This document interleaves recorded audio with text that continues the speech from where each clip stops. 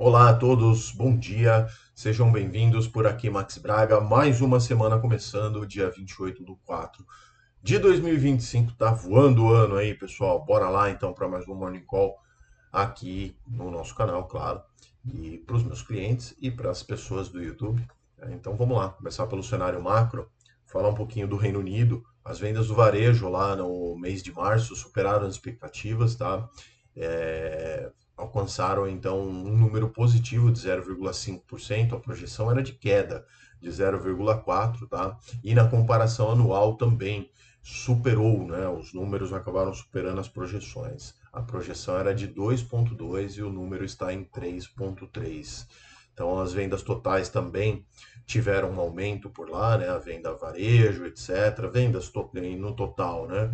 E isso indica então resiliência ali da economia do Reino Unido, embora o cenário ainda bastante desafiador, mas existe crescimento por lá, pelo menos é o que os dados apontam por esse momento. No México, a atividade econômica já vindo para as Américas, né, apresentou sinais mistos em fevereiro, tá? A comparação anual houve queda de 0,7, menor do que havia sido previsto, que era de 0,8%, mas a margem do núcleo, né, desses números registrou um crescimento de 1%, tá? Superou também, nesse caso, aí positivamente, as expectativas que eram de 0,6% e reverteu o resultado anterior, né, no mês de fevereiro, que foi de 0,1%, quase 0 a 0, né? Ainda nas Américas, Canadá, os dados do varejo e manufatura por lá trouxeram resultados diversos, tá? Então, o núcleo das vendas no varejo subiu 0,5% em fevereiro, ainda que a expectativa fosse de queda de 0,1%, tá? Então, surpreendeu, no caso, esse número, e enquanto as vendas totais, né, de produtos e serviços caíram 0,4%, conforme esperado, tá? Alguns números lá de março de vendas no varejo cresceram 0,7%, tá? Mas as vendas manufaturadas elas decepcionaram, retraíram quase 2%, 1,9%, frente a uma projeção por lá de estabilidade, né? Tava tudo correto ali, todo mundo pensando que ia ficar tudo estável, nem para cima nem para baixo, veio um número bem para baixo. Estados Unidos, expectativas de inflação da Universidade de Michigan para abril, né, subiram para 6,5%, a leitura anterior foi de 5%, ficou abaixo da projeção de 6,7%, mas mesmo assim é uma inflação muito grande lá para os Estados Unidos. A expectativa de inflação permaneceu em 4,4%, tá? Isso para 5 anos. Então, dados que ainda estão muito confusos nos Estados Unidos, mas a leitura desse momento é essa, né? Inclusive a confiança do consumidor por lá recuou, né? Do patamar de expansão para o patamar de retração, tá em 47,3, antes era 52,6. Mas os índices de percepção do consumidor seguem ali, caíram também, mas ainda seguem positivos, né? Assim por se dizer, acima dos patamares de 50. Está em 52,2 e antes era 59,8, né? Superam as projeções, inclusive, então ainda tem muita resiliência ali no mercado americano, tá? Então, seguimos acompanhando os Estados Unidos. Nesse momento agora tudo muito volátil por lá. Vamos falar de Brasil, né? Saiu o IPCA 15 de abril, falei dele na semana passada. A XP aguardava aí uma previsão de 0,39, superou o número, né? A alta foi de 0,43% no mês. Acabou que está meio que em linha ali com o mercado, né? Com o todo no mercado, mesmo assim o número é bastante alto, acumula 5,49 em 12 meses. A inflação está realmente pegando todos nós aí, judiando, né? Vamos lá, os grupos que se concentraram em inflação foram alimentação e bebida, subiu 1,14%, saúde e cuidados pessoais 0,96%, vestuário 0,76%. O grupo de transportes recuou um pouquinho levemente, 0,44%, com destaque para a queda no preço dos transportes públicos, automóveis usados e combustíveis, né? Combustíveis subsidiados, transporte público subsidiados e automóveis não vende. Por que será, né, que caiu os preços? Bom, apesar dessa desaceleração, né, nos serviços subjacentes, os núcleos ainda seguem muito altos, patamares elevados ali, o núcleo da inflação, onde que é os principais componentes, 4,90% nos últimos 12 meses. E a inflação de serviços estourou aí até o índice cheio, ficou em 5,73%.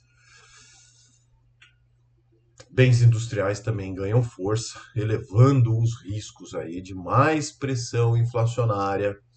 Enfim, a gente fala um pouquinho mais lá na parte da renda fixa, mas esses números são realmente muito ruins para nós todos, como um todo, né? Claro que a inflação de cada um é diferente, mas mesmo assim os números não são nada bons.